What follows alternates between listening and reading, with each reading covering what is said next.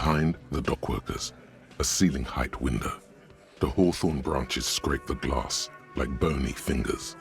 You see 2, maybe 3 bushes grown into a single thicket over a period of circa 50 years.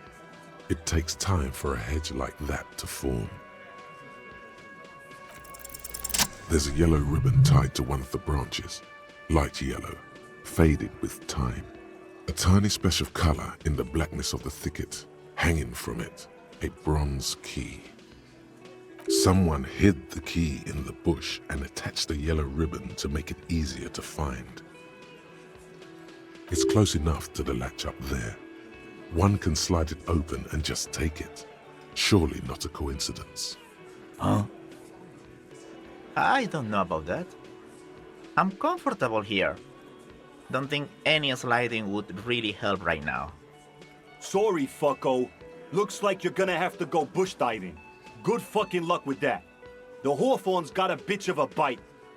I'm gonna enjoy the sight of you in the bushes out there.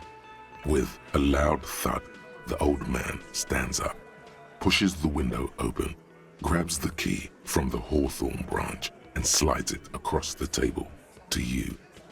The key is brass. Workshop spare is etched into its bow. The old man closes the window and sits back down in silence. Come on, man. We were just having some fun. Where's the harm in... I'm tired of listening to your shit. Don't thank me. I don't give 2 shits about your key. There is a silence around this man's words. Unlike Titus, they're afraid of him. That's the type of respect he commands. Didn't even know it was there. Boys. No idea. Never even seen it. Someone must have hidden it there before this room became our place. It could open the door in the kitchen. The blue door. It says workshop spare. Maybe there's a workshop there? It's worth a try. Your secret root theory? You're grasping for straws, cop man. Why'd she put it back if it's hers? A little wisdom from old Titus. Not everything is connected to one thing. Keys just lie around. It's a messy world.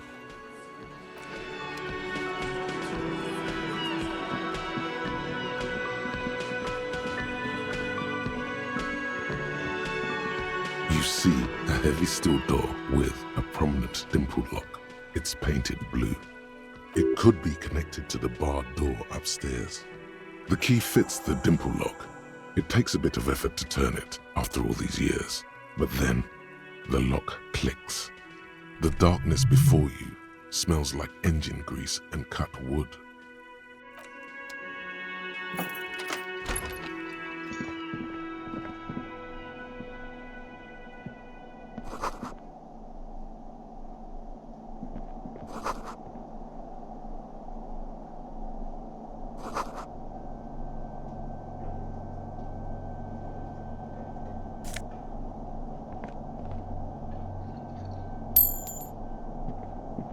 Over there, in the corner. Not just any pinball machine. This is the pinnacle of pinball. Cornelius Gordy and the Mountain Goats. It's lit. You can't wait to get your hands on it. The pinball machine. Gordy's Goats. A classic. A little. Ah, great. Cornelius Gordy and the Mountain Goats reads the golden lettering on top of the back box. There's a small column of text underneath. The machine is coin-operated. Get the game on, Fingerboy. Those flippers are ready.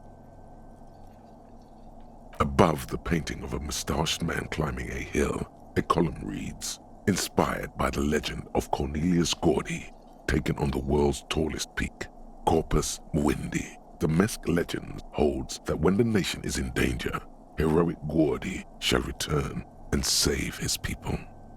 The theme of the game is to explore Gordy's climb through the perspective of goats and to ascend to the top of the mountain in a time of trouble.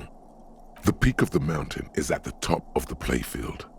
All the balls have small goat icons on them and represent the goats as they race up and down the mountain. Areas around the playfield represent Gordy's climb, places he was said to have camped, which the goats can discover. Get them to the summit. Indeed, think of them as balls.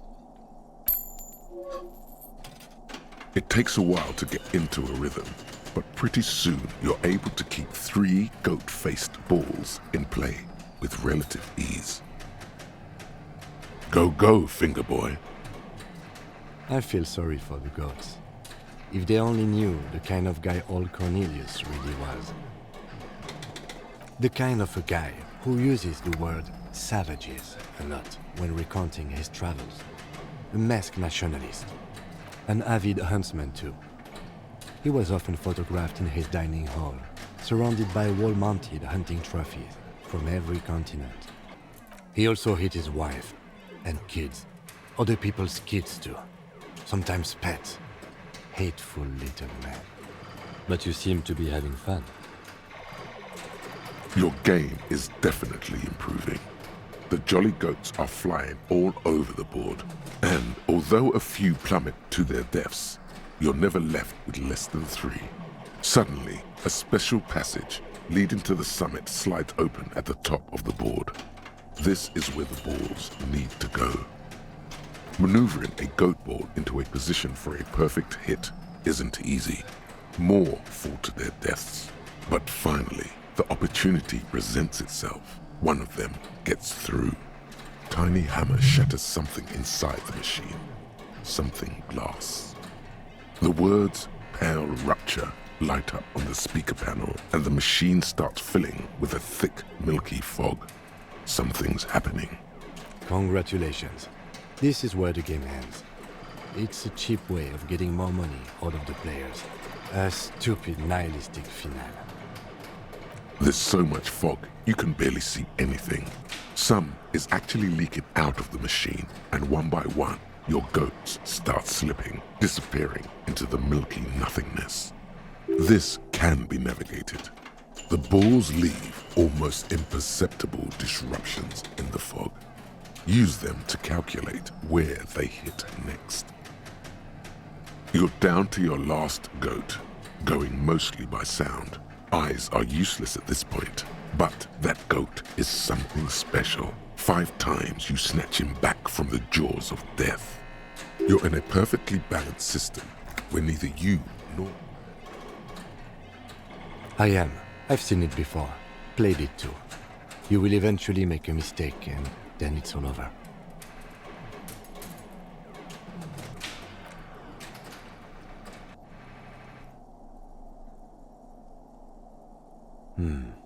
I've been wondering the same. There goes nothing, finger boy. The machine is dead and silent. It needs serious maintenance before anyone can play again.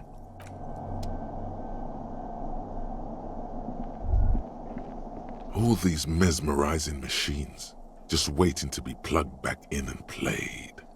Feels like it might jump back to life any moment, the lights illuminating the white-robed woman. Some kind of inane pinball theme, probably related to Messina during the DeLorean age. The history themes are the worst. Diora was one of the 3 crown cities of the DeLorean era, on the Muindi Isola, the others being Ria Silvia and Advesperaskit. This theme is all about early airships and beautiful, sad, pearl-laden women. It's quite nice, actually. The lieutenant grimaces, looking at the machines. You can't fire them up. They are broken. Only that one machine in the main hall works. The Royalist Pinball. What a dumb name. Royalist Pinball. If they weren't broken, he would kick one of these machines about now. No, I love it. I love pinball. Who doesn't love pinball? Let's move on. He doesn't. No. Kim Pinball Kitsuragi. Exactly. That's what he's known as. His reputation precedes him. What? So now he remembers. Fine, I'm Kim Pinball Kitsuragi, aka the Kimball. You remembered. Congratulations. Wonderful. He only remembers hearing about the pinball policeman. No human being should.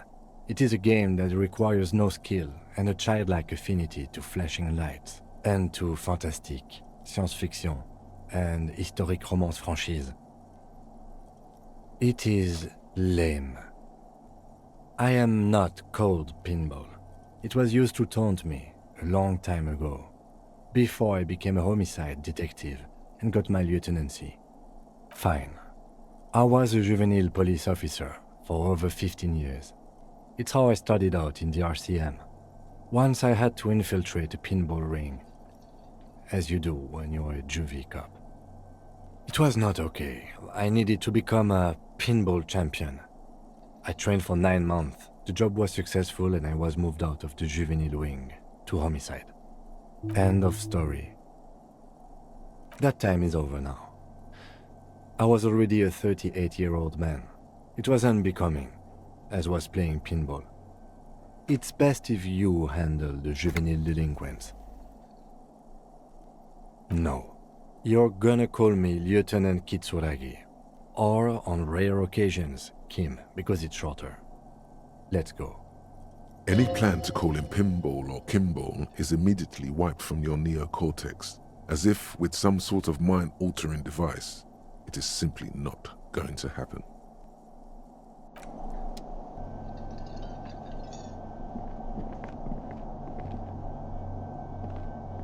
This small elevator is dimly lit by a bulb that's been glowing for ages. The latticed cage is open, inviting you to step inside. Smells of nougat and sweat.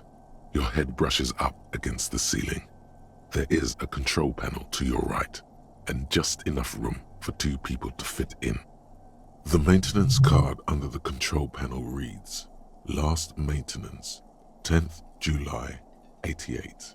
There are large rectangular buttons, monter, descend, and an international call for emergency assistance.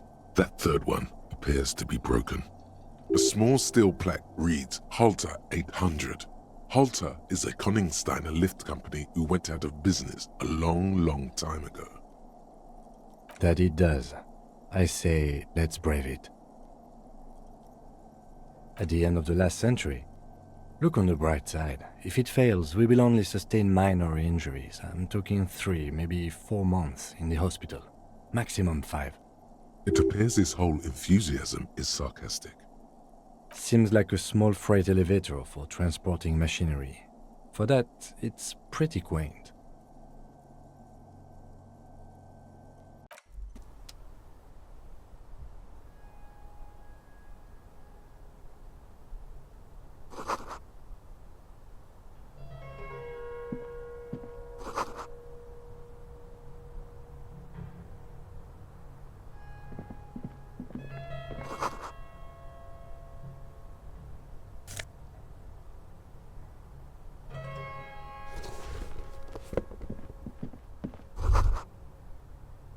So this is where they brought 40 pinball machines to fix them up, a long time ago.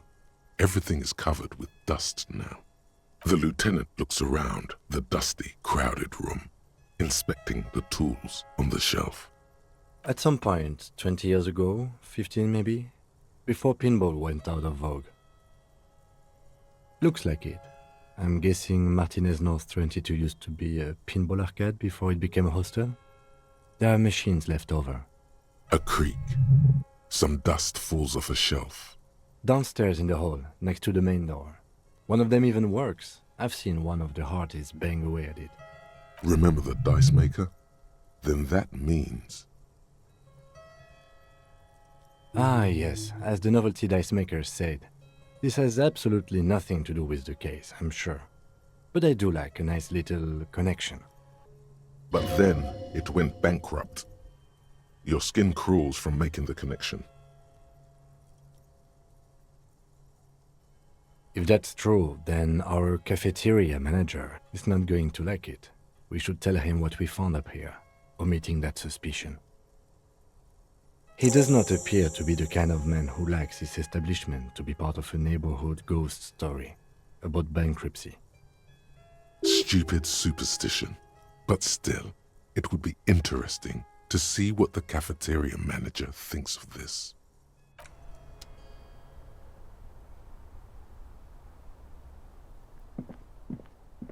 You clearly see footprints in the downy carpet of dust covering the workshop floor. 3 weeks maximum from the dust coverage. It could easily have been 1 week too. You know, officer, This is so good it makes him forget the whole Kimball memory. the Blue Door was a mega investigation after all. It has now converged with our main investigation, which I would say is quite large. It means someone snuck through what seems like a secret route, leading to the roof, from where you can shoot our victim. This is significant. This prints, officer, could be the prints of our killer. Large prints, most likely made by boots. The size is hard to determine. Sole could be bigger than vamp. The soles have left a pattern, uniform, horizontal lines. This print is unlike one left by a regular worker boot. It is not a brand sole with logos on it. It seems custom made or old-fashioned. Shoe size is 41 to 42, maybe 43. It could be a large-footed woman or a small to average-footed man. This is, unfortunately, the worst, most vague shoe size there is. The size looks about the same, actually. They are not the same shoe, but they could be the same person. No, these little horizontal lines are different. They look custom-made to me, or some kind of foreign print. Hard to say. Still a boot, though. Everything around you is quiet. The prints crisscross the workshop floor.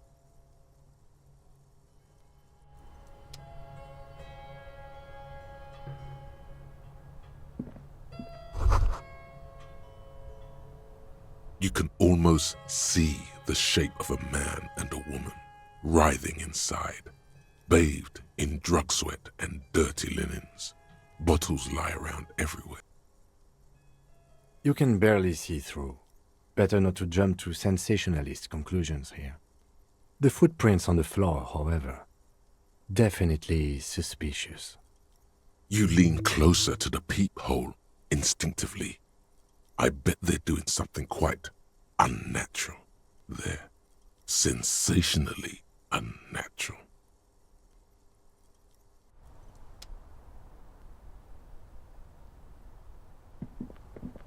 This is the inside of the barred door you've seen before.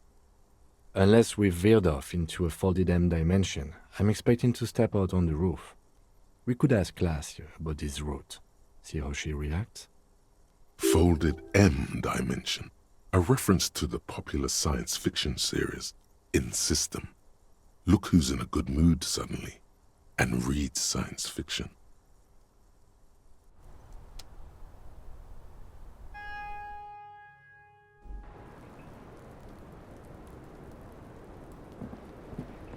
Hello, officer. What brings you up here again?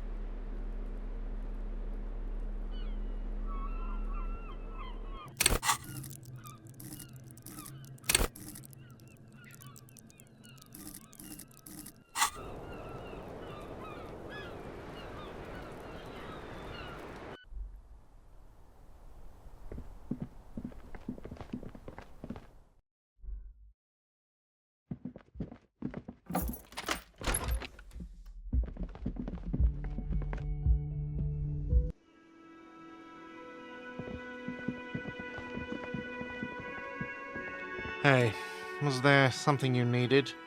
Another thing. Great. I love those. What wall? I'll have it fixed at once. Thank you for letting me know. I assure you, the Whirling does not abide spying on its guests. The color has drained from his face. Absolutely not.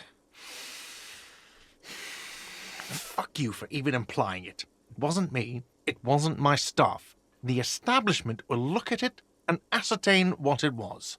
Well, he's definitely not lying. He wouldn't endanger this business like that. Sir, he was only asking a question. It's his job and mine. See that it's covered. Yes, I absolutely will. Sorry, it's been a bit of a day. And now a hole in the wall. Thank you. I'll patch it up personally. Was there something else about the establishment? I hope not. Oh, okay. Well, I did hear you make noise back there, so good for you. He's really holding himself back here. It takes a lot of willpower not to ask. Obviously, he's been wanting to know what's behind the door. Okay, what is back there? Ha! I knew it. I've always wondered where those machines by the door came from. And they told me there was some kind of pinball thing here too. I knew it. Were there any back there? In working order, I mean. No, I was just wondering if you found pinball machines there. He was wondering about something business-related, about how much money he could make of one. No, but we could diversify the entertainment options, seeing as you've opened the door back there. The machine we have in the corner now is broken. It wouldn't hurt to get a little life in here, other than the hellish karaoke machine. That one's always causing trouble. Yeah, those numbers he's adding up must be making good sense to him right now. Sounds like he cares about the place. He's not going to be overjoyed to hear that it's part of the doomed commercial area. He should still know. You have to be forewarned about these things. What? Why would you say that? We're at a completely different address from that whole thing. So he knows of the doomed commercial area and its address. He's thought about this. Everyone knows of it. I've been working here for a long time, and that intercom has never been used by the Whirling. Does this look like part of a doomed commercial area? This pre-revolutionary tilework? These high ceilings? The nice rooms? Well, most of the rooms. For 14 years, man. That's how long I've worked here. I've kept this place up through hail and through sleet. Fuck me, if some doom ghost... Some real estate management company, they never come around here, just collect money from afar. Honestly, I think some money laundering might be involved. There is an acrimonious note. It's clear he's doing the real work around here. Yeah, it's slowly growing on me again. It's beautiful in its own way, especially for this neighborhood. I've been trying to keep it that way, even if it is part of the damn doomed commercial area. I don't place much stock in the curse and so on, but the label frightens the clientele. Who wants to stay at a doomed hostel? Everything's doomed enough without that. Well, it sure as hell wasn't the real estate company. It was you? You look surprised. What? It's a great name, I know. Cafeteria managers come up with great names too. It's from a song. Hail, Holy Queen, by the Ateniers. Hail, Holy Queen of the Sea. You're whirling in rags, you're vast and you're sad. Good pick. Luck has got nothing to do with it. I need to think about where I'm going to place those pinballs. I have a feeling they're going to help. Against the doom, it's implied. So, if you didn't have anything else to tell me about my establishment, can we, wrap it up? Yes?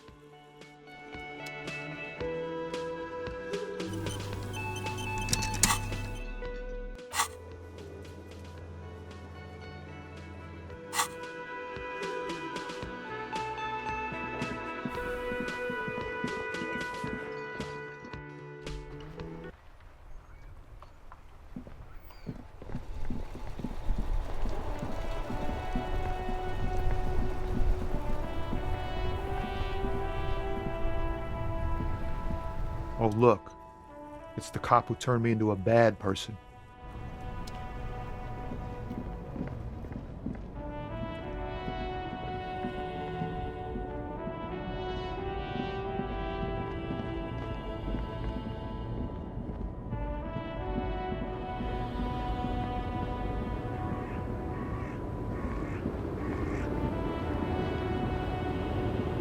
Lowman, you caught me at an out.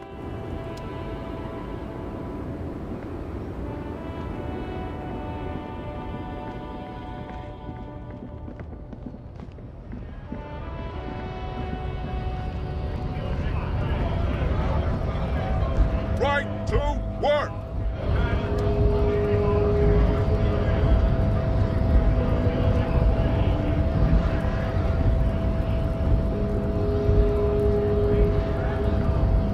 Hold on, Wandering Man.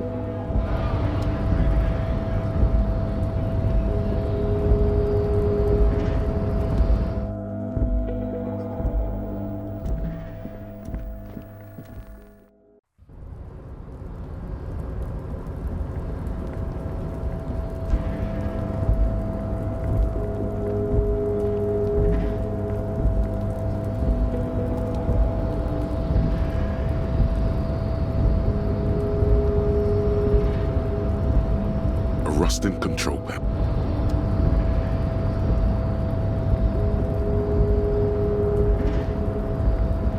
You're back before the cargo container.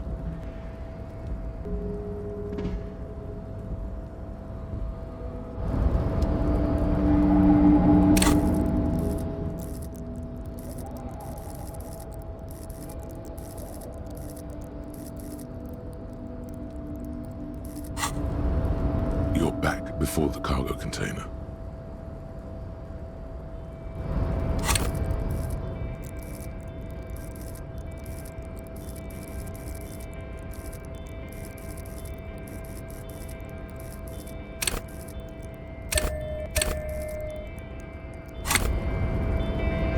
You're back before the cargo container. Its drawer has not less.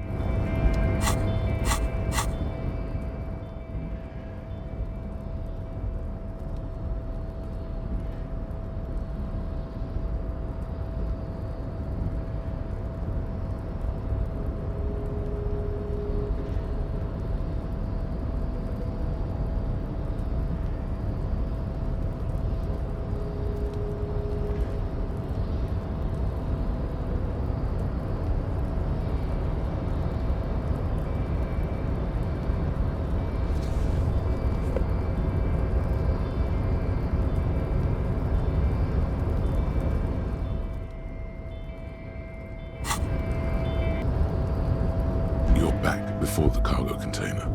Its drawer has not left despite the dirt that surrounds and trails you. A beacon of light emerges from deep within you. The door stands silent.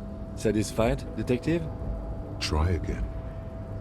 Just like that, you hear a click, then a rattle.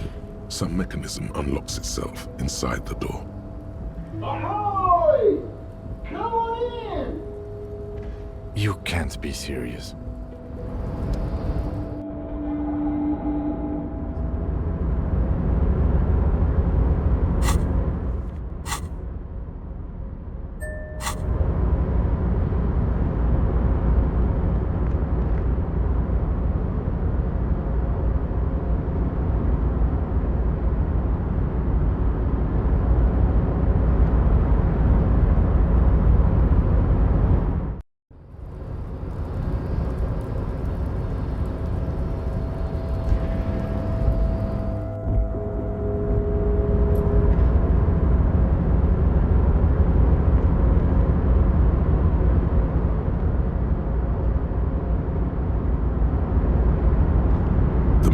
Stands at the far end of the shipping container. It's hard to say anything more about him. You cannot make out any of his details, but you do feel the overwhelming presence of capital. The feeling causes all the hairs on your body to stand at attention, like soldiers preparing for review. Something's amiss. The light beams bend around his face and scatter in 1,000 directions. It seems the laws of physics do not apply here. They are suspended, distorted, an echo. Trying to visualize the physics at play is liable to give you an aneurysm. Don't think about it too hard. In the general stillness, only your tongue moves, flickering as you utter. Welcome. Come in. Make yourself at home. Sorry, I'm not better able to receive you. I wasn't expecting visitors today. You can't hear him exactly, yet you're able to understand every word he says. It is very strange. An overwhelming hum covers everything. Voice doesn't escape from him. Now, what can I do for you, gentlemen? Who am I? Oh, I haven't been asked that question for such a long time. I don't meet a lot of people outside my circle these days. Anyhow, my name is Rustam Theodore, investor, license holder, and extremely high net worth individual. And you are? Mr. Theodore, I am Lieutenant Kim Kitsuragi of the RCM, and this is my partner. Pleasure to meet you, Harrier Dubois. I must admit, the name suits you very well. Oh Lord, not this again. Oh, nothing. It's just that we've got this murder to solve, and yet you go around asking everyone about money. And every time I ask, are you sure this is related to the case, you say, sure, Kim, I think it is. And yet, it never seems to get us any closer to solving the case. It's quite alright. I'm used to the question by now. To be blunt, I inherited my fortune from my grandmother, who herself was an extremely high net worth individual back in Graz. All I did was take her fortune and invest it prudently. Believe it or not, it takes more than a bit of skill not to blow a vast fortune on sailing boats, bad choices, and unsupervised state policy. Actually, at the level this guy is, it takes several generations to do that. But, alright. I gotta tell you, at first, being rich is a lot of work. You've got to work hard because everything's so darn expensive. You know, prices increase exponentially at this income level. But then, once you've reached my position, it's nearly impossible for me not to make money. My assets are so diversified that I'm bound to come out ahead no matter what. Some of my lower net worth friends say to me, but doesn't that take all the fun out of it? And I tell them, not really. Which one? Revachol, where I nominally reside, or Graz, where my father immigrated from, or Ile-de-Cachebro, where I've registered my shell companies? Listen, Mr. Dubois, if capital and nationalism went hand in hand, there'd be no need to ask the question. States are akin to boulders in a river, slowing the free flow of ideas. Given enough time, the water will wear those boulders down. It is truly, it's almost entirely carefree. It really leaves you time to better yourself spiritually. Hey, all this talk about money has made you lose the thread. What is going on with the light in this place? That's what you need to ask him about. What do you mean? Are you talking about my chin? Oh, that's what you mean. Yes, I've heard of this effect, though I've never witnessed it myself, of course. It has something to do with our Weiss-Wiesemann coefficient. The Weiss-Wiesemann coefficient is a ratio designed to reflect the difference in net worth between individuals. When the coefficient is close to 1, or 100%, it means one person possesses all the net worth. Among that group of individuals, it's been observed that when the Weiss-Wiesemann coefficient reaches about 0.96 or so, the laws of physics begin to bend around the high net worth individual. Among other things. But calm down. I'm but a lowly single-digit billionaire. No, not really. There are actually quite many digits. I see nothing of the sort. To be frank, all I see is a gentleman who's unusually well dressed for Martinez, in a cargo container, which I admit is odd. Yes, I imagine that does look strange to you. My container. Traveling. This is a great way to get around. It's fun, it's safe, and it gives me lots of time to think. By the way, let me now ask you a question. Where are we exactly? In the very, very early days of colonizing this archipelago, the kingdom of Surens, a precursor of a modern Sur-le-Clay, used to own the city of Revachol, an obscure detail in the bigger picture, but still worth dropping.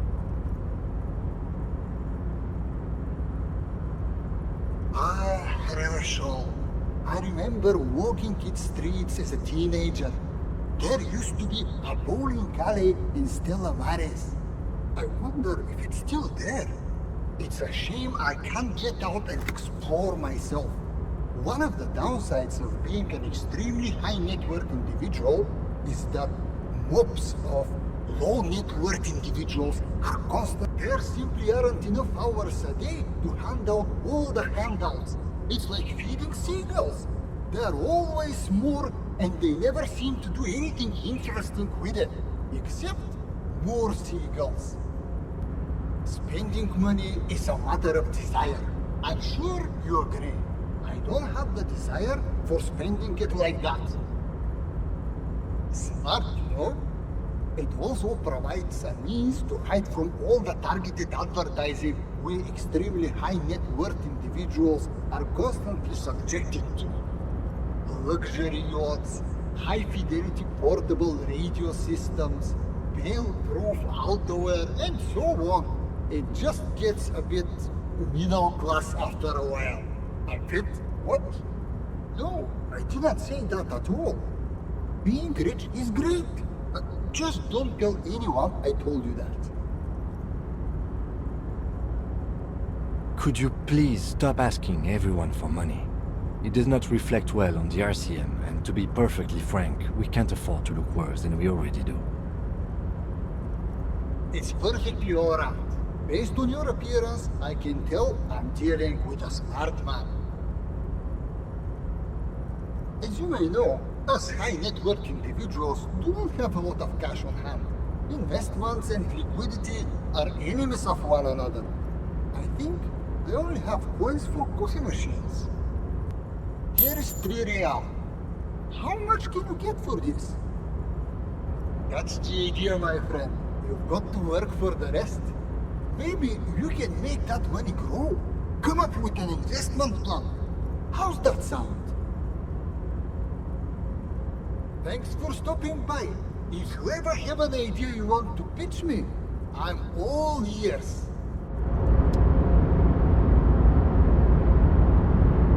Yes?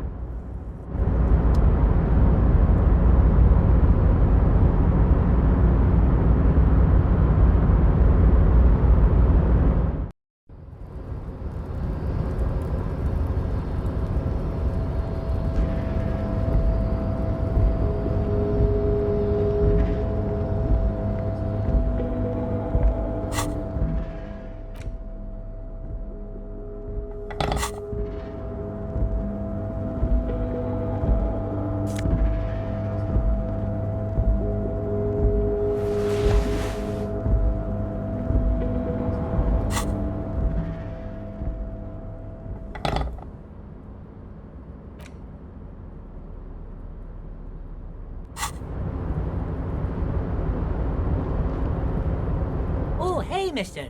I knew. No trouble at all, mister. No trouble at all. It's like that old saying goes. Wisdom withers if... Mr. Everett doesn't really want me to talk to... Who do you mean, mister? I don't know anyone like this, mister. Maybe he's one of Mr. Everett's fancy friends. He knows all kinds of fancy people with suits and purdy carriages.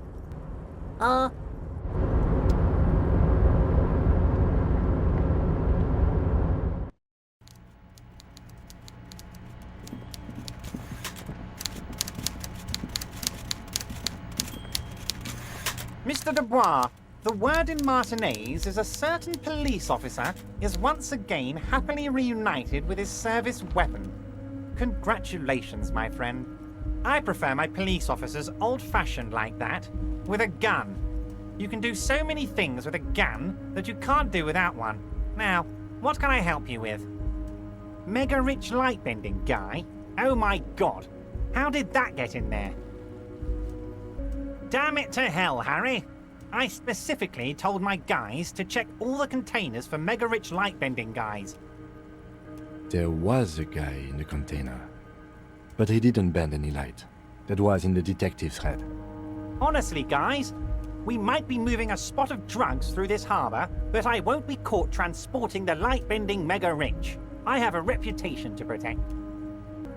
You're a fucking idiot, Harry. I love it. Thank you for sharing this deep, idiotic part of yourself with me. A hallucinating market liberal. I love it. So poetic. I shudder to think what you're going to tell me next, Harry. Not for 1 second did he believe there's an actual mega-rich person somewhere in his container town. Most certainly, Harry. Nothing brightens my day like brainstorming these things with you. So they shot him. He was shot in the head before he was hanged. How odd. I don't know what to say, Lieutenant. They told me they hanged him. A hanged man is what I saw when I took a look into that yard. It's impossible to say if he's telling the truth, sire. What I do know is, the case is in safe hands. If anyone can get to the bottom of this shot and hanged man, it's my two little policemen. Godspeed, policeman. Oh, Liz is... Wait, don't give him the pleasure. Oh, and by all means, Harry, what's on your mind? My. She's quite the looker, Harry. You can't imagine how pleased I am the two of you are reunited. Tell me, was it difficult to convince the pigs to give it up? I told you she was a piece of work, Harry, but I knew you could handle it. I know my special policeman. Anyway, I'm glad you're all right and armed again. I'm always happy. Very nice. Let's hear it. Of course, Harry, of course. Let's not linger on personal details, and I'm... Great! You want to bounce something off your old... Absolutely, Harry.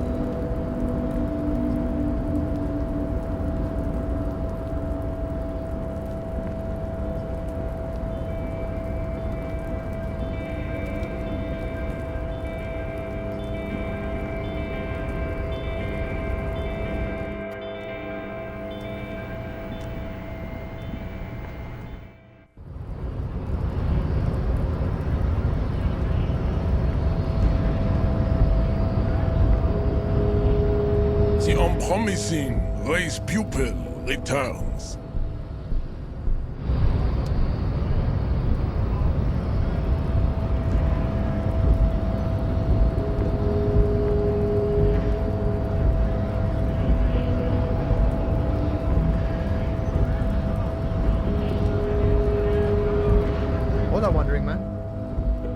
Los Ardis? They're sort of like... Is he actually comparing you? Come on. He's just trying to keep the peace. Why not? Must be nice being something else for a change. The mercenary, eh? Who could have killed him? That's indeed the question. Why even do such a thing? That's so. I haven't heard anything about that. But if that's true, well, he was an enemy combatant. He was an agent of the opposition, attempting to undermine our honorable efforts. I ain't the murdering type, but that's just me. Large organizations like our union have all sorts of men, with all sorts of skills. He believes the Hardy Boys could have done it. Understood. No problem.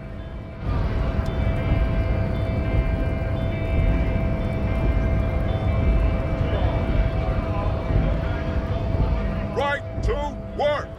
Right to work! Free flow of commerce! Fucking I'm going to interpret. How about you fuck up? Okay, of course. The man's breathing steadies, but his...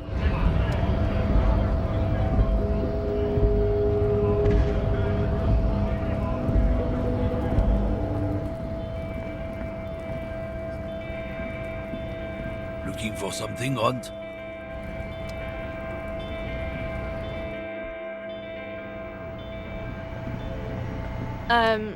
Is this a, uh-huh.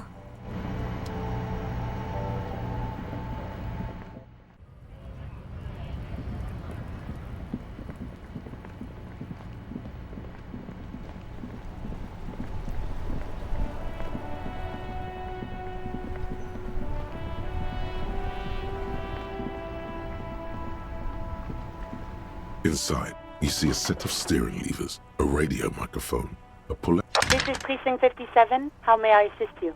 Yes. It took some convincing, but I got the mercenary's name and a few biographical details. Are you ready? The lieutenant leans in to listen, notebook in hand. That suit of armor was issued to an Oranese citizen named Ellis Kortenaer. That's E-L-L-I-S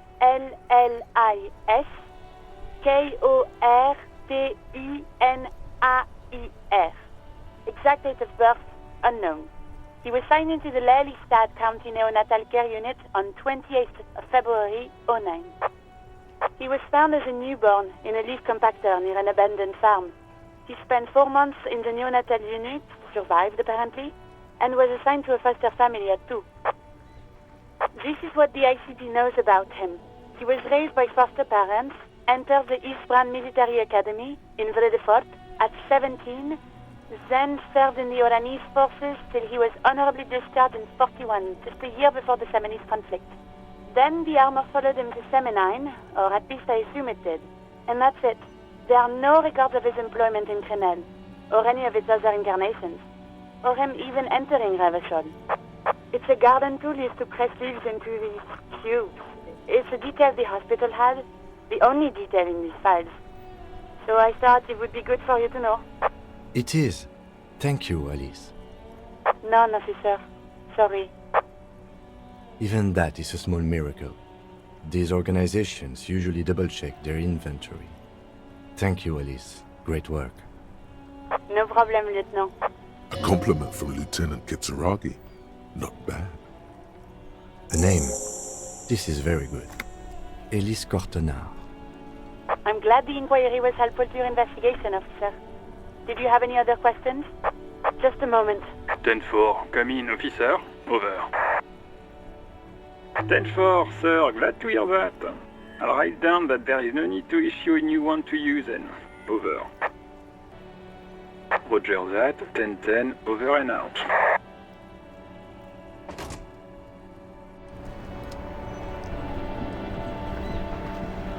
That ride is fucking lightning.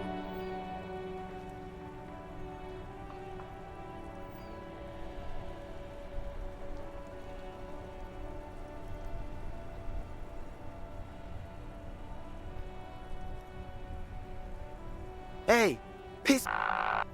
Look who it is. Shrunken cophead material.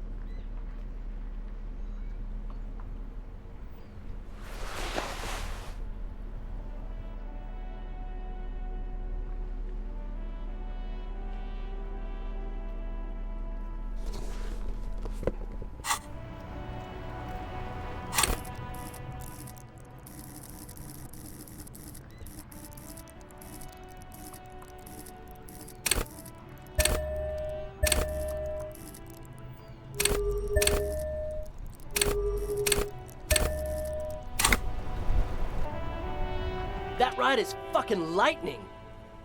Hey, piss. Look who it is. Shrunken cophead material. No, no, no. Don't ask anything. Be subtle and scary. The boys dream about being skulls. Use that. Suggest they're massive skulls. Come on. What? No. Skulls don't have kings. I think. And we're not even in yet. Yeah, man, keep your voice down. Skulls don't take it lightly when folks pretend to be them. We're not even prospects yet. Prospect must be a hierarchical term. Probably in the lower end. Wow, you boys are ambitious. Only prospects and already planning a coup in the skulls. You're destined to go far. He gets it. Passive-aggressive flattery. Shut the fuck up. Are you trying to get us killed? Now bring it to the jackets and, yes, start shouting. Please be quiet. What? What do you want? The jackets? Fuck you, man. Take them then. Oh, man. Okay, I get it. Skulls don't really wear slogans anyway. This was stupid. Fuck.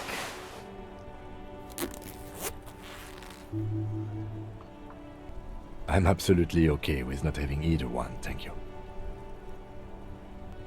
This case doesn't require us to go undercover or raise hell. In fact, I don't think the jackets will be useful at all. I just wanted them to not have them anymore.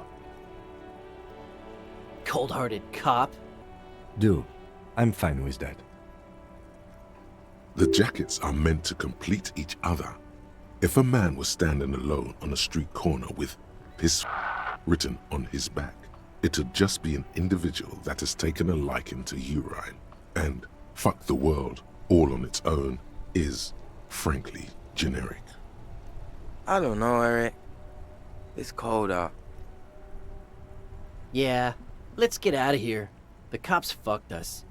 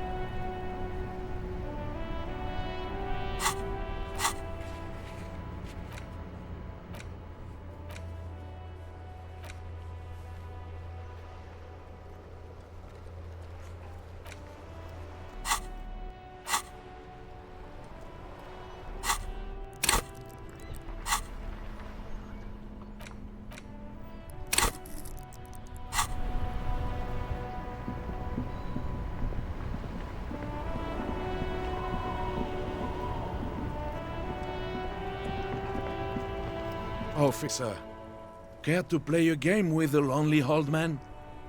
Actually, never mind. Wouldn't be the same. The prick is gone. I can barely believe it, but he's really gone. He is trying to retain his jolly facade, but the underlying sadness casts a deep shadow over his wrinkled face. Hell, most likely. He was an absolute Kent. His hungry little heart finally gave out. The dock workers found him in the guard booth this morning. Wasn't even supposed to be working for another week, but he just had to prove how tough he is. Wait, did he push himself to prove he can pull his weight and doesn't need handouts? Guess he was about to head home, 'cause when the dock workers found him, he was wearing civilian clothes and not the Kuketu uniform I saw him in all the time. Sometimes I thought he was wearing it just to piss me off. Now the joke's on him, 'cause he's gonna be buried without it. That means the uniform could still be in the guard booth. Something to keep in mind if you really plan to give yourself to Revachol. No, René was the most stubborn man in Revachol. Nothing you or I could say would ever push him to do anything. The man was completely immovable. I repeat, an absolute cunt. Even his old army buddies didn't want him around. He was like an old viper. The only people who could stand to be around him were Jenny and me. She saw something in him when we were just kids and she never lost sight of it. And I thought if the most beautiful being in the world can love him, then there must be something worth holding on to. We've hated each other our entire lives. So much, in fact, that... Yes, I loved that angry prick. He didn't deserve it, but I did. You know what his last words to me were? In Guillaume's time, you'd have been shot without trial. That's what he said to me. He lived a cunt, and he died a cunt. Let's leave it at that. Let me see. This was 60 years ago. We all went to that parade. Young René looked so happy, and Jenny... I'm sorry, officer. I just... Thank you. Thank you for this little memorabilia. It really means the world to me. That was nice. A small thing for us, but invaluable to him. He probably didn't even know René had the photo.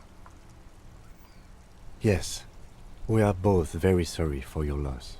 It is what it is. Part of life, really. But to know someone for 79 years, then one day they're just gone. I just don't know anymore. About anything, really.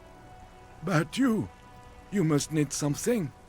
René wasn't really what you'd call a botanist, officer. And believe me, he didn't like Insulindian lilies. That's their old name, dating back to the time of kings and crests, and all that other stuff he loved so much. There were many reasons, but mostly it was the communals. They called them the bells of revolution. I guess in the end, the Insulindian lilies were just another piece of the whole Insulinde. The royalists had to surrender to the Mazovian insurgents. It doesn't really matter anymore. Yes? What about René? Yes. It is... I just don't...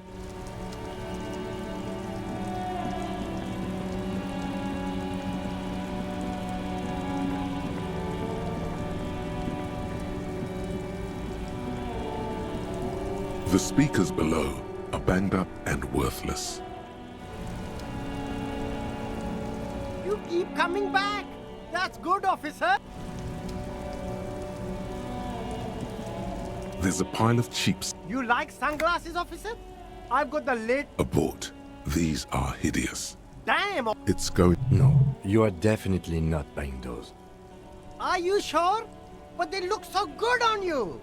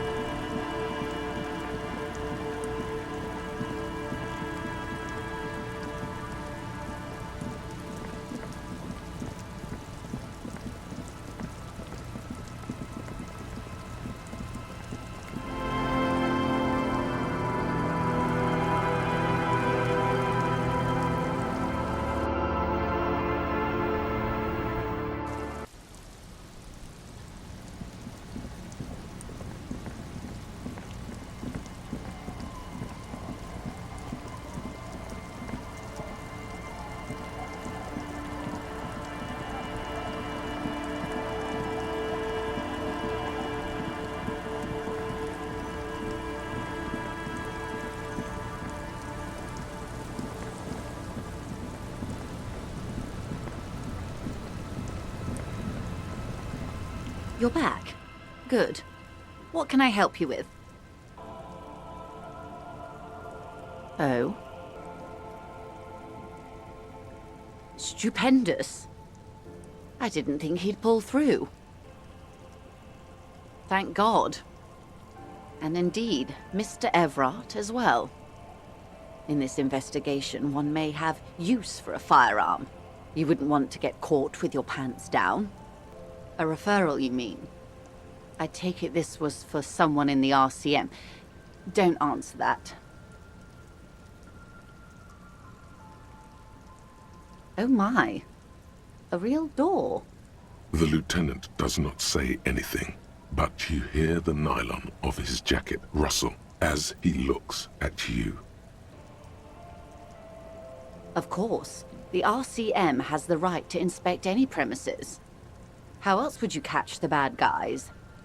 The information was useful, I hope. Her bartering mind cannot fathom that you didn't ask anything in return. Frankly, what was done was not pretty at all, but neither was it illegal, and it was not for nothing. This seems serious. I advise you to be very selective with what information you choose to share. This may have consequences beyond our line of sight. How benevolent.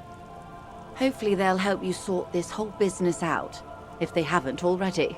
While we appreciate your assistance, ma'am, I'm afraid we can't discuss the specifics of an ongoing investigation with you. That is only fair.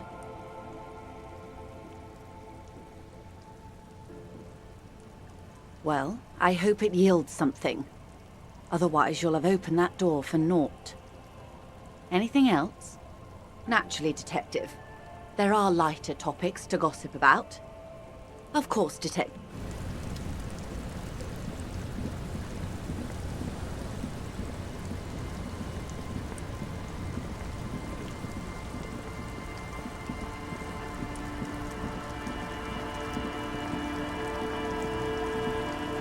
Our tenant, the policeman. What more do you... Yes. Our tenant...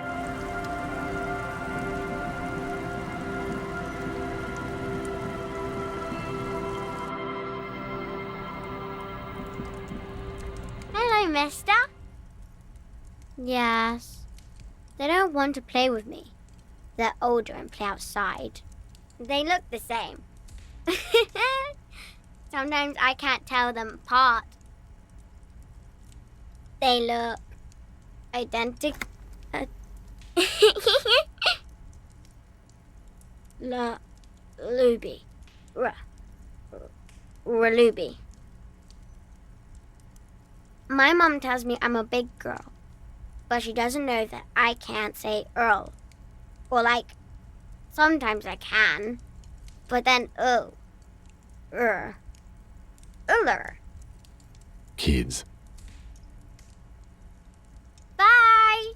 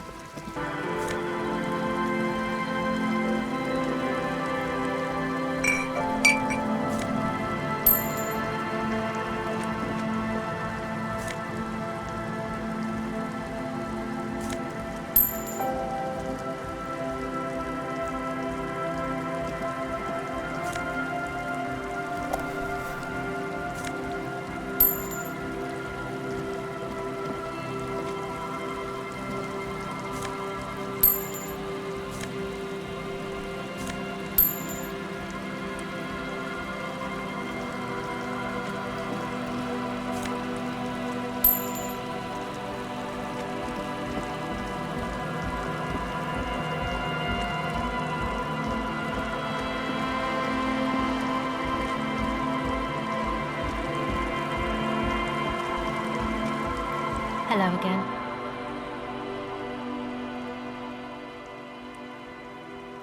Sure. Contact Mike. Okay. It's supposed to become like a club for Nordic dance music.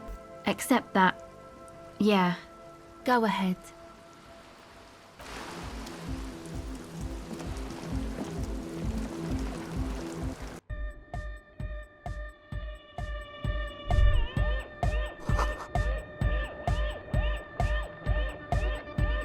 Hi again. So, yes? What's the deal? We are grateful, Copman. You're an augury of a new era of Nordic dance music. That's fine. We can manage. We appreciate it. It's going to take us a bit to move our stuff inside. A couple of hours, maybe. Come check back later. Let's get moving.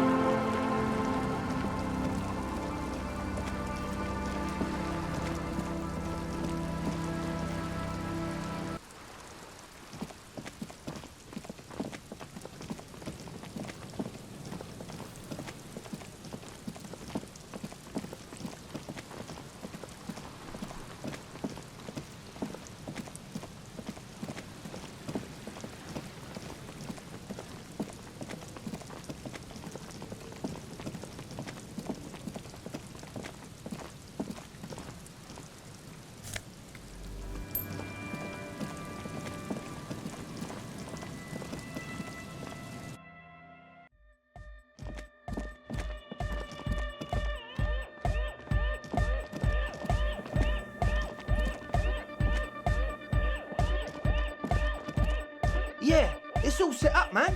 Can you already imagine 1,000 people in here? 10,000! Ecstatic vibrations, totally transcendent. And I've finished setting up the new compressor too. Now the only thing left to do is the name of the club. Will you do the honours, detective?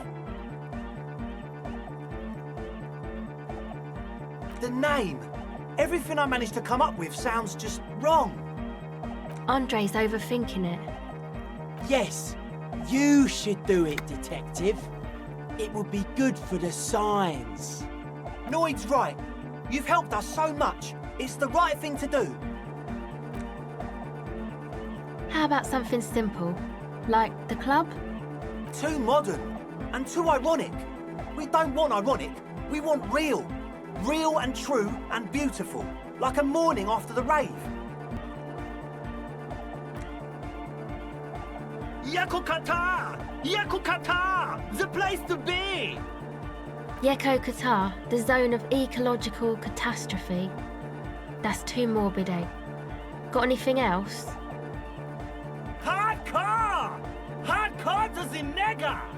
No, it has to be bigger than hardcore. Yes, it has to be even bigger than hardcore to the mega. It has to be bigger than the scene. The amnesia. Like the... I can't remember the name of the club, Amnesia. Amnesia! It's not amnesia, guys.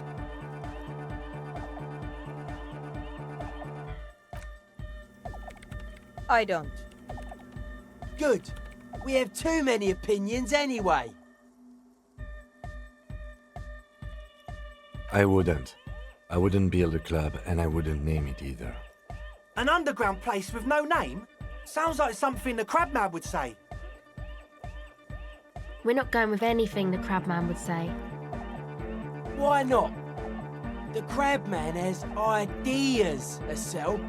Ideas from another level of consciousness. I don't care. I don't like the Crabman, and I don't like his ideas. His ideas are spooky. Next, please. You have? Well, what's the name? Like that DeLorean word for the world, you mean? But Disco Elysium? Isn't it wacky? Disco's kind of gone, isn't it? Forgotten. The past is the future! But the future is dead! No, it's beautiful. Beautiful and brave. Like we want it to be. And short. And memorable. It's settled then. Everyone welcome to Disco Elysium. Andre breaks into frenzied dance-like motion to celebrate the name. Someone turns up the beat. I'm dancing! That soft core gyrating is supposed to be dancing? Yes, my man! Talk? What is there to talk about if you can express yourself with moves? It's to express my individuality. Is that a bald spot?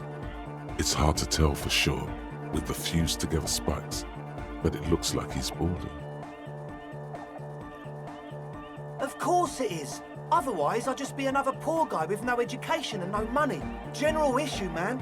Now I'm all that, and I have radical spikes. Maybe it was a bad idea. Anyway, it's to Is that a Or because I'm balding, yes. I want to fuse the remains of my hair together before it leaves me. I want to show my hair. I don't give a fuck how old you think I am. I'm not 20. Maybe it was a bad idea. Anyway, goodbye, officer.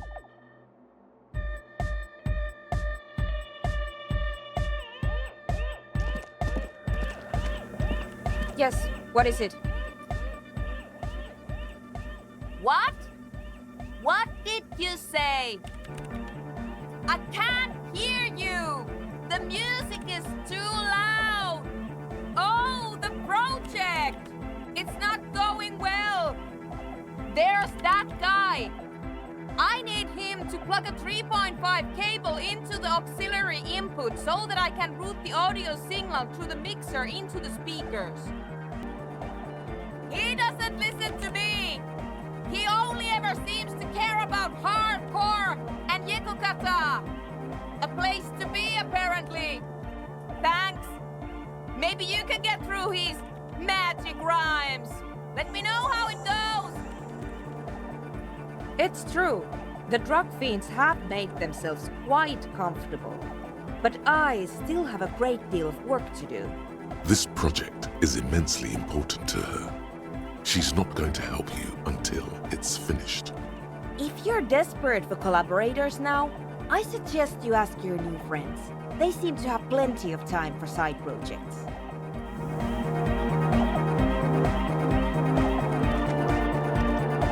You got us in, cop.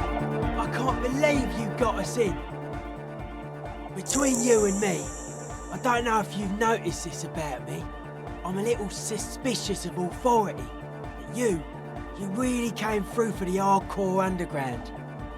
Yes, you really came through for the hardcore underground. How come? Andre is busy cutting some slightly less lame, but still quite ungainly shapes on the church floor, sweating profusely. Estelle using her contact mic to listen to a tree underwater. The one with the large head is blasting the dance track on repeat, while the stained glass window behind him is rattling from the bass. Sire, the tent. 'Twas a security risk, and in here, sanctuary. 'Twas only noble of you. Okay. It's a miracle of carpentry. Their bodies carved into total shapes. Now it can be something more. A cop who's into building critique. Okay then, this is folk DeLoreanism, lawmongerer. It's a subset of early DeLorean architecture. Art of core. Total. Everything between an ancient concrete cathedral and a glass cube is DeLoreanism. This is just an homespun version of it. Folksy stuff. Early mass production. They made thousands like this. Does that help you out? Like that woman there. Vertical, thin, white. A false image of grandeur. The source of the system is up there. You're at the bottom. They really dug that power vertical. Like to show off large and intricate structures. Arches, spires, put you down with them. They were really into painting everything white too. Virginal shit, you know. Marriage shit. Virtue and tyranny. Right. Stands to reason it used to be white on the outside before the sea wind took all the paint off. Year after year, flake after flake, whitewashed clean, then covered in green moss. That's right. The first settlers built it, plus 6 more like it, on the coast here. Was one of the first things they did. Must have been really scared of something, but I understand. Alone on an uninhabited archipelago, forced to face themselves and nature. Pre-industrial quantities of solitude, the sea, perhaps something more fundamental. I would want to build a safe place for myself and my own as well. Dead bodies of perennial plants. Sigma functions have left this place. It's a good thing we came along. The spiritual collapse has been total.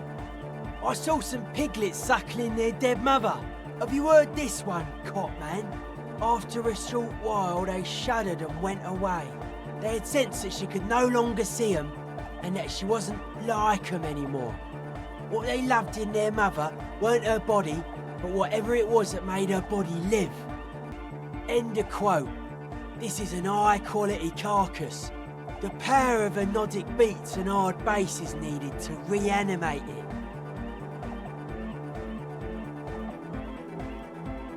It never was. A 3,000-year-old regime of history, built by hundreds of generations of self-appointed intellectuals. It's false to the core. The way he says it, the force in false core, is invested with 20 kilotons of disgust. I only said unity. One word. Figures of authority always misquote you. Andre doesn't care about the Ecclesiastes. He just wants the operation to run smoothly. And Egg is a demi-beast. You shouldn't listen to what people say. You should listen to what they are. But were you wrong? The founding party is okay with everything. Look around.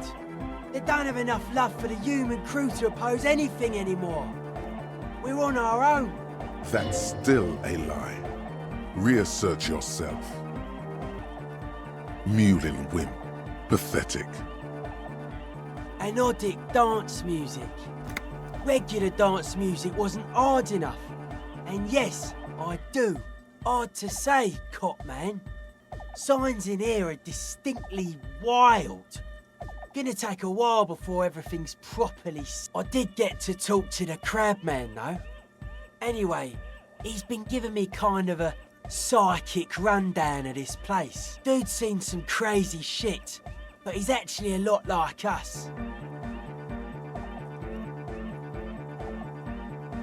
Have you been listening to what Egg's been saying?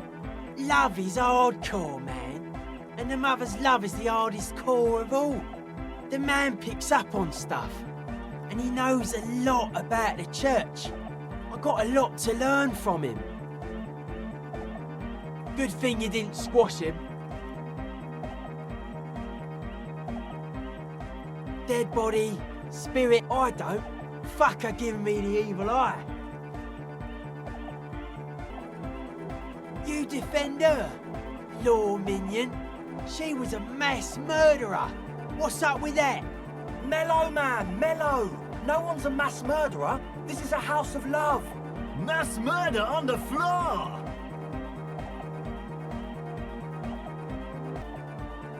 The world spirit does not have a body.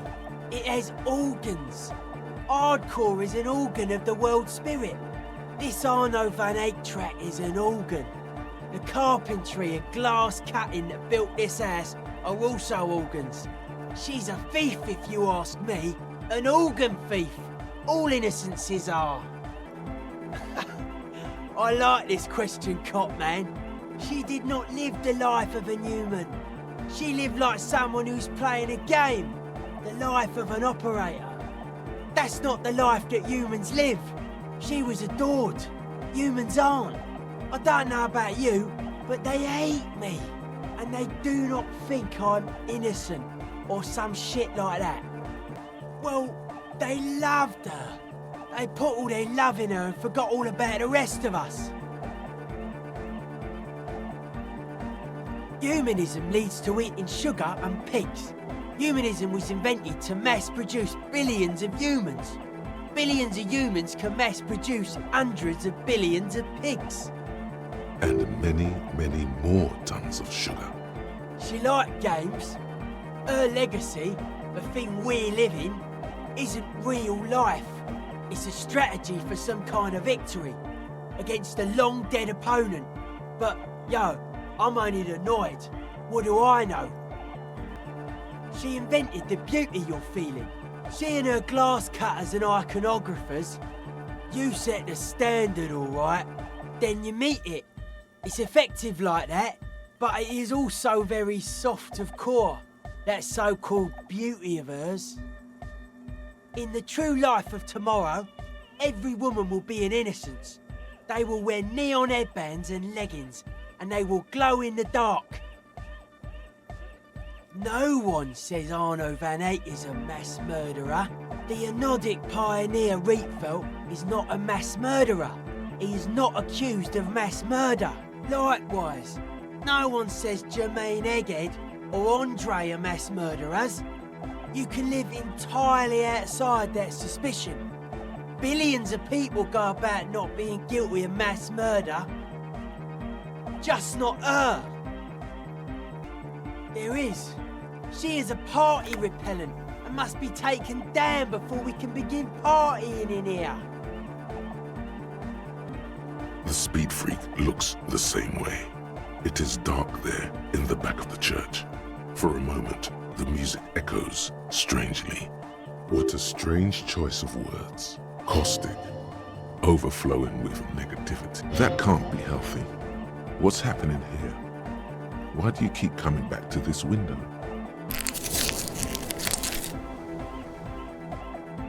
But it isn't, and you shouldn't come back to this anymore. This should be the last time.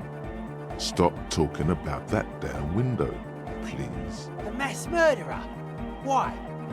Okay. Sure. The Crabman's been lurking here for a while. He's experienced things. Things that give off bad signs. As far as we can tell, the Ubies built this place about 320 years ago as a sarcophagus. Not like a literal sarcophagus. I'm just being metaphorical. Encasement, confinement, of something they were afraid of. Something new and unheard of on the Isla. I think that's what the Crabman is experiencing when he climbs around upstairs. Like, this is some old world shit Ubies had heard about. I thought the best way to deal with it was to build a church, surrounding it, to contain it. I don't know, and it's not something they properly understood either, what it does. But it's what this Sona person is looking for, and trying to measure. It'll be fruitless though. She won't be able to measure it. People like that always want to measure everything. All those things they really can't. Seems to be the trend around here, doesn't it? You can't measure shit like this. It's not like substance. Like a concentric ring spreading out, the struggling villages. And that is what caused the communards to fail in defending the beachhead.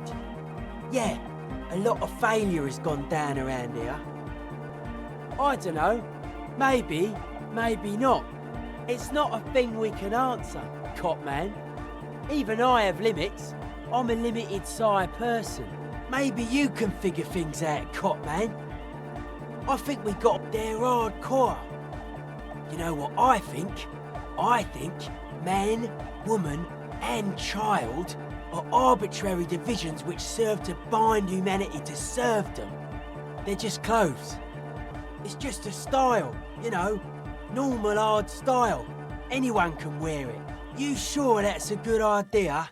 Those are some serious frequencies you want to mess with. Come on, Noid. I think we owe him. Asel's right. He's one of us now. Guess it would be pretty soft-core for me to say no, wouldn't it? Yeah, alright. But if you're going to sync up with them, you're gonna need a serious wave generator of your own. You understand what I'm saying? Not likely. Scoped that spot a while back. It's short-wave stuff, mostly commercial. Plus, it's all rusted out. Build it ourselves! We built this nightclub, we can build anything! Yeah, maybe. Tech-wise, radio's not the spookiest thing around. Our part's finding an antenna big enough to align with those mega-low frequencies. An antenna hardcore enough to shake the whole world! Maybe not that big, but pretty big. Suspicious people are esoteric people. We don't go around spilling everything to Johnny Law. They don't call me Noid for nothing. It took us setting out for this whole enterprise to get our signs synced. It's short for paranoid. A reasonable question. Say I get hurt. I want to make sure it never happens again. So I analyse the situation. Exercise caution. Caution is suspicion. It'd be easier to list stuff I'm not suspicious of. I'm not suspicious of sound and colour. Mechanics and chemistry also have a trueness about them. Most anything else deceives. Wants to steal your life away. I don't have a top 10 list of things I'm most suspicious of, but if I had one, the left-right complex would be number 1. Number 2 would be their sole accomplishment, the pig-wheat paradigm. Something is off here. You feel like it should be the other way around. No, politics is an inert complex of daily corruption and inane think pieces. The real paradigm is economic, and it concerns pig and wheat. This is where the innovation happens. It's only a theory, but I suspect they're breeding a pig-wheat hybrid. Probably in Grad. Mental illness is a term the powers use to homogenise people. I think I don't reach mental illness. I am merely politically ill, a suspicious element. I prefer not to.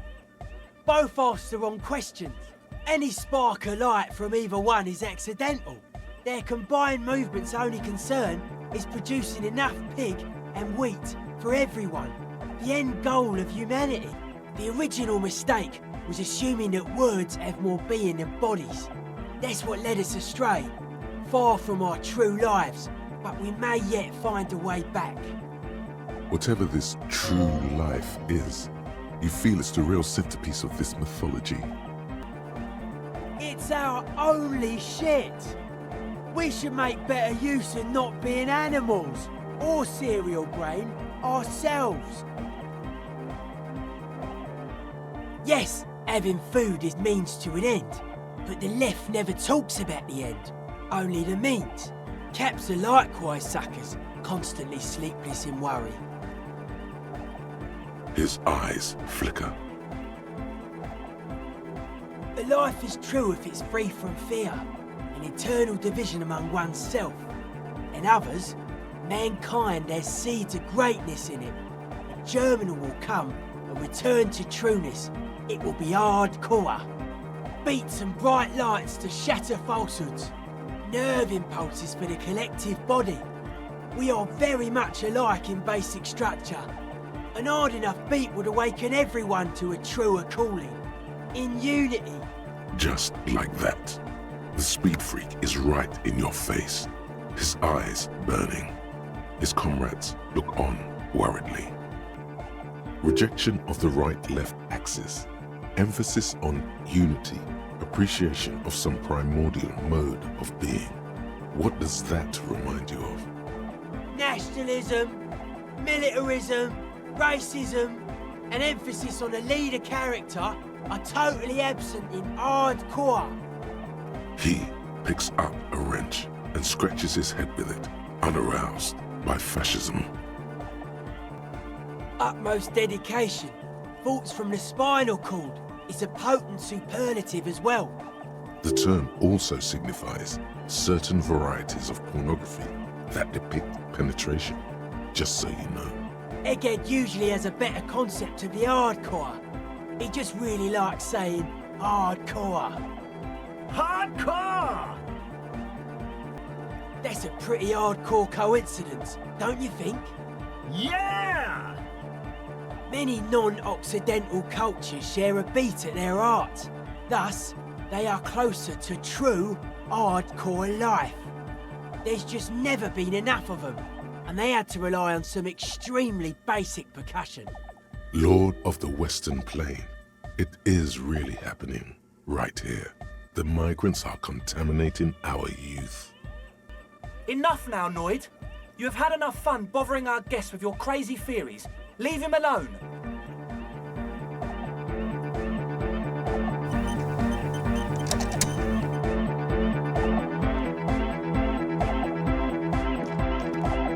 She's whistling a melody, her trusty contact mic attached to a wooden pulpit.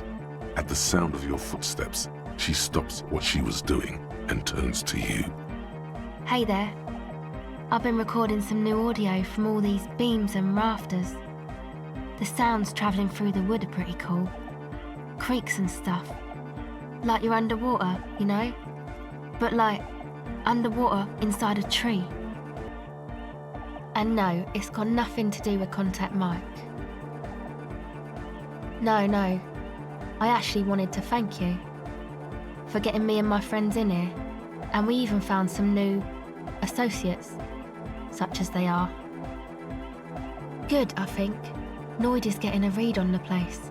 I think he finds the carpentry very impressive. Andre's been setting up the compressor and dancing. Egghead's been keeping the party up. He's got the stage under control. Sauna, the programmer, she's doing whatever she does behind that radio computer of hers.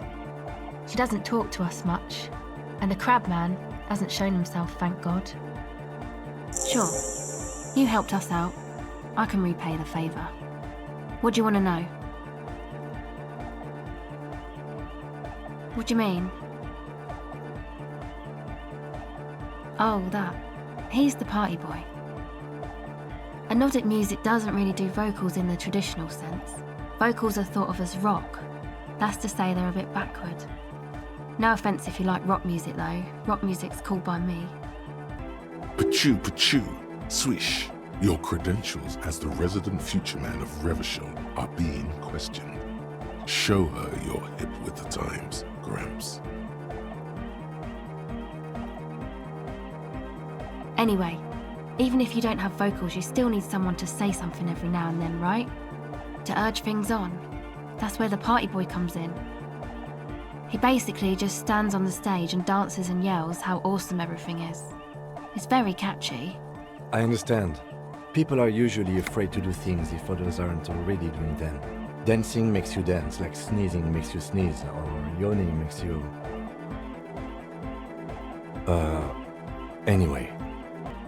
Actually, we don't know where he's from, or who he is, really.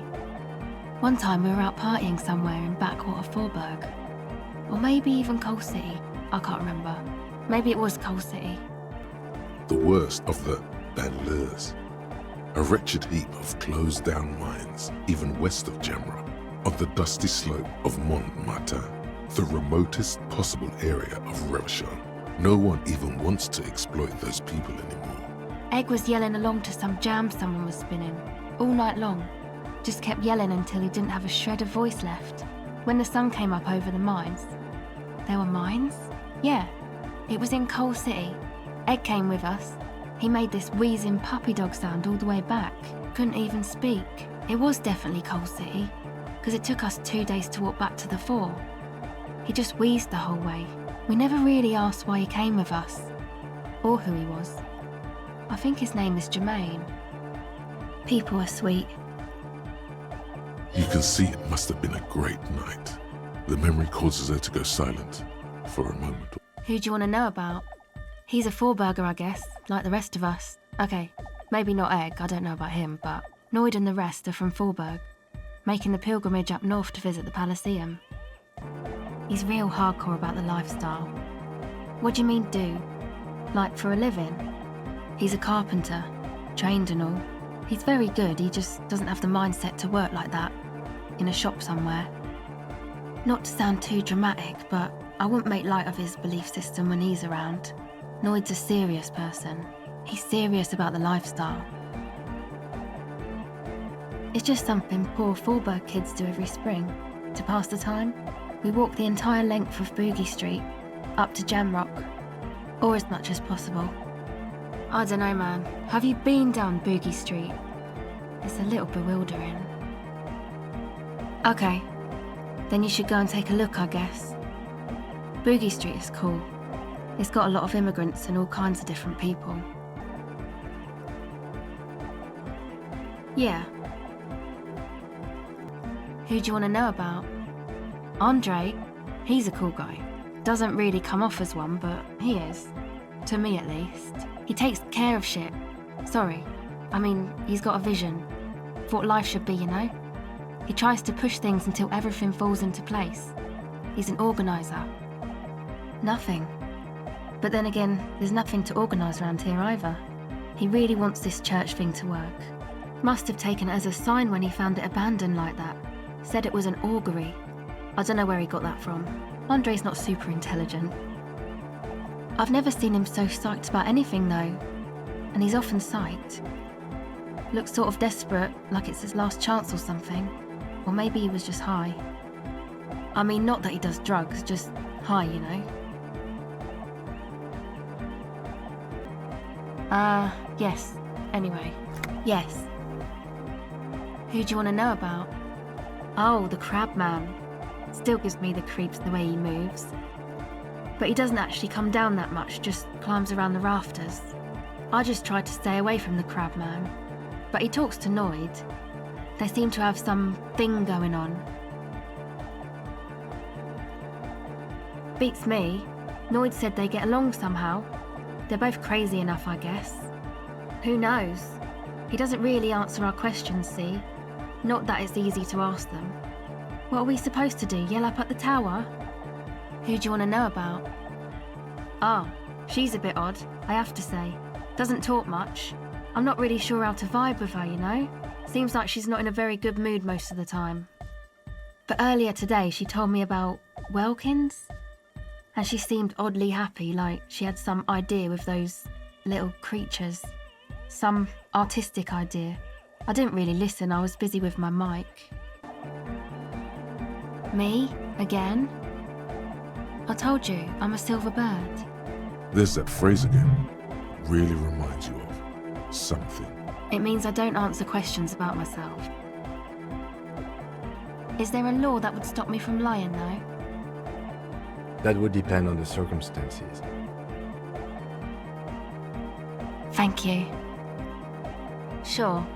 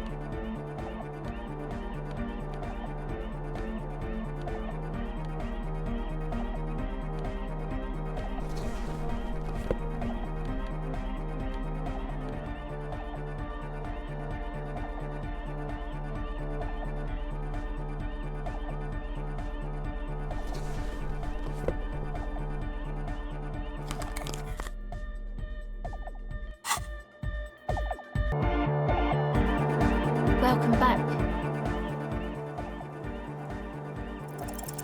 The silver bird has already flown away. I will catch it later.